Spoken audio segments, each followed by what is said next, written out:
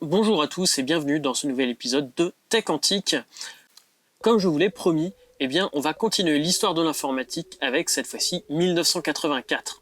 1984, c'est un peu une année charnière dans l'informatique, même si c'est aussi l'année du film, du livre 1984, mais en 1984, l'année la vraie, on n'était pas encore aussi loin que dans le film et les capacités techniques étaient très loin quand même en niveau analyse d'image et tout ça, d'arriver à ce qu'on pouvait voir dans le film. C'était quand même pas aussi grave, même si dans la population, cette idée informatique, technologie 1984 était déjà pas mal présente. Si vous êtes intéressé par ça, d'ici, là je vais essayer de mettre beaucoup moins de temps, d'ici très peu de temps, j'espère pour mon anniversaire, je vous présenterai 1985.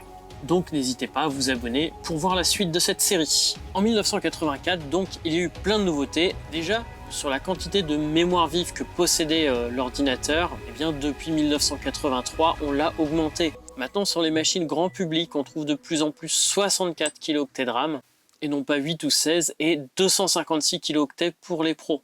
Ensuite, c'est bien sur les machines qu'on le retrouve en 1984. Je pense que la machine, notamment, on en a une derrière moi, un petit peu plus récente, je suis d'accord, c'est l'apparition du Macintosh. Macintosh, une machine portative entre guillemets, puisque c'est un écran à tube, ça reste assez lourd, mais on a la poignée dessus, avec surtout une interface graphique, une souris, plus des tas de touches de fonction, etc. Le but, c'est que n'importe qui, la secrétaire, l'enfant, puisse utiliser facilement un ordinateur, et surtout avec quelque chose d'accessible, puisque l'Apple Lisa, qui était sorti avant, et puis les machines Xerox qu'il y avait avant, n'était pas vraiment grand public au niveau du prix ou de l'accessibilité de la machine. L'écran était minuscule, il y avait juste 128 kilooctets de RAM, mais ça permettait quand même de faire tourner des applications graphiques comme MacPaint et puis un traitement de texte où on pouvait traiter notre texte de façon graphique, on pouvait faire des copier-coller à la souris, etc. qui était MacWrite, qui était fourni avec. Mais il y a eu bien d'autres machines qui sont sorties à ce moment-là. On a retrouvé par exemple le Thomson MO5, qui a fait partie des machines qu'on l'a retrouvé partout dans les écoles françaises. On en reparlera un peu plus tard, surtout dans la partie 1985, mais c'était une machine excessivement populaire, malgré tous les problèmes qu'elle a pu avoir ensuite. On a eu aussi la sortie du Sinclair QL, qui a fait couler beaucoup d'encre, celui-là. C'était un ordinateur semi-pro, pas trop cher, mais malheureusement qui en partie causait la perte de cette grande entreprise anglaise. Donc c'était une entreprise qui faisait notamment des ordinateurs, mais qui a aussi fait la première voiture électrique accessible. Lord Sinclair, c'était un assez grand visionnaire, et ce Sinclair QL n'a pas été disponible rapidement. Il a été annoncé avec énormément de choses, il n'a pas été accessible rapidement en Angleterre, encore moins en France. Les petites cartouches qu'il utilisait n'était pas fiable du tout. Il y a eu plein de problèmes à sa sortie et en fait, ça a été un peu une catastrophe pour Sinclair.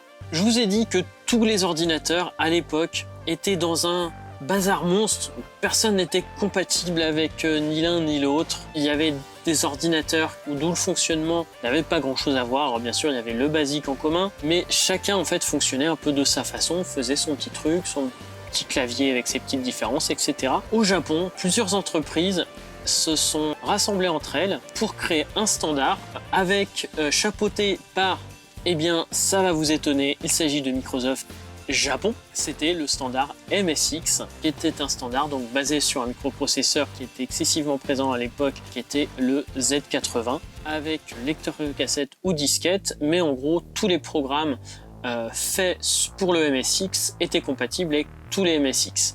C'était quelque chose d'assez révolutionnaire à l'époque. On avait aussi la sortie de l'Atari XL, qui était en fait du relooking des Atari, une petite amélioration quand même, mais les grosses améliorations vont apparaître les années suivantes. En France, on avait aussi l'Excel Vision, qui était une machine française qui était plutôt sympa. En Angleterre, on avait de son côté l'Acorn Electron, qui est un classique, un peu l'équivalent de notre Thomson MO5. C'était quelque chose qui était présent partout en Angleterre, dans les écoles, etc.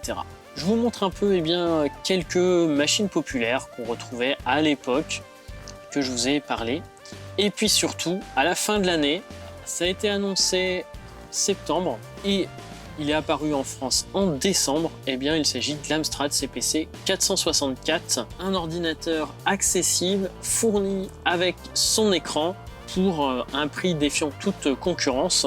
Donc même s'il ne révolutionnait pas les choses au niveau technique, eh bien, il a révolutionné les choses au niveau prix pour avoir un prix excessivement intéressant et surtout une machine simple à utiliser et qui a fait rapidement un très gros succès. Du côté entreprise, eh bien là on avait des machines beaucoup plus chères comme je vous en ai déjà parlé, mais on a eu la sortie en 1984 de l'IBM PC AT. Donc là on change de processeur et on passe au 286. Chez IBM toujours, on a la sortie de l'IBM portable. Alors pareil, on a sur des machines qui sont quand même lourdes. Et puis surtout, au niveau IBM, eh bien là on change par rapport à ce que je vous ai dit en 1983. Beaucoup de machines ressemblaient de près ou de loin à des IBM. Là en 1984, c'est terminé. En gros, la plupart des entreprises ont besoin d'avoir, pour que leur machine se vende, il faut qu'elle soit compatible IBM PC. Et il fallait que les programmes soient complètement compatibles entre les différentes machines, sinon ça ne se vendait pas. Et là, eh bien, de nouveau, on a eu plus ou moins un standard qui avait été créé par IBM, qui se vend ici. De l'autre côté, en France, on a eu la démocratisation du Minitel, un truc qu'on a essayé de vendre à l'étranger, mais qui n'a pas fait un très très gros succès. Par contre, en France, ça a été un super succès et c'est vraiment 1984 qu'il a commencé à apparaître. Même si ça ne date pas de 1984, c'est en 1984 qu'il a commencé à vraiment apparaître dans les foyers. Dans les choses un peu originales qui sont apparues en 1984, eh bien, on a le premier lecteur CD-ROM de chez Philips. Très très cher. En fait, on se demandait ce qu'on pouvait faire avec autant de données à l'époque. On mettait des bases de données énormes, des encyclopédies, etc. C'était la première sortie, mais il a fallu quelques années avant de voir apparaître ça dans les entreprises, voire chez les particuliers. 1984, c'est aussi 1024 machines connectées à Internet. Et on s'est retrouvé en France avec le premier satellite, le Télécom 1A, qui permettait, en plus d'envoyer la télé, eh bien, de faire communiquer les différents ordinateurs entre eux. Et toujours au niveau réseau, on a eu l'apparition du DNS. Donc le DNS, ça permet, plutôt que de rentrer une liste d'IP ou d'avoir sur chaque ordinateur la correspondance entre le nom de l'ordinateur et le fichier. Ça voudrait dire si on rajoute un ordinateur sur le réseau, il faut qu'on ait cette correspondance et qu'on le mette sur tous les ordinateurs. Et bien maintenant, on a un service central qui permet de faire cette correspondance entre le nom et l'adresse de l'ordinateur juste en demandant un serveur. Donc c'est un serveur de nom et c'est apparu en 1984. Au niveau Unix, puisque je donne des cours Linux, j'en ai déjà parlé, 1984, c'est l'apparition du système graphique sous Unix avec le X Windows System, donc X11, ce qui a donné eh bien, toutes les interfaces qu'on retrouve aujourd'hui sous Linux. C'est apparu en 1984, enfin pour la première version, et en fait ça disparaît maintenant en 2023 avec l'omniprésence des appareils tactiles. On a eu le début de la vraie CAO, où bien là, des voitures, des avions, etc. étaient conçus quasiment entièrement sur l'ordinateur.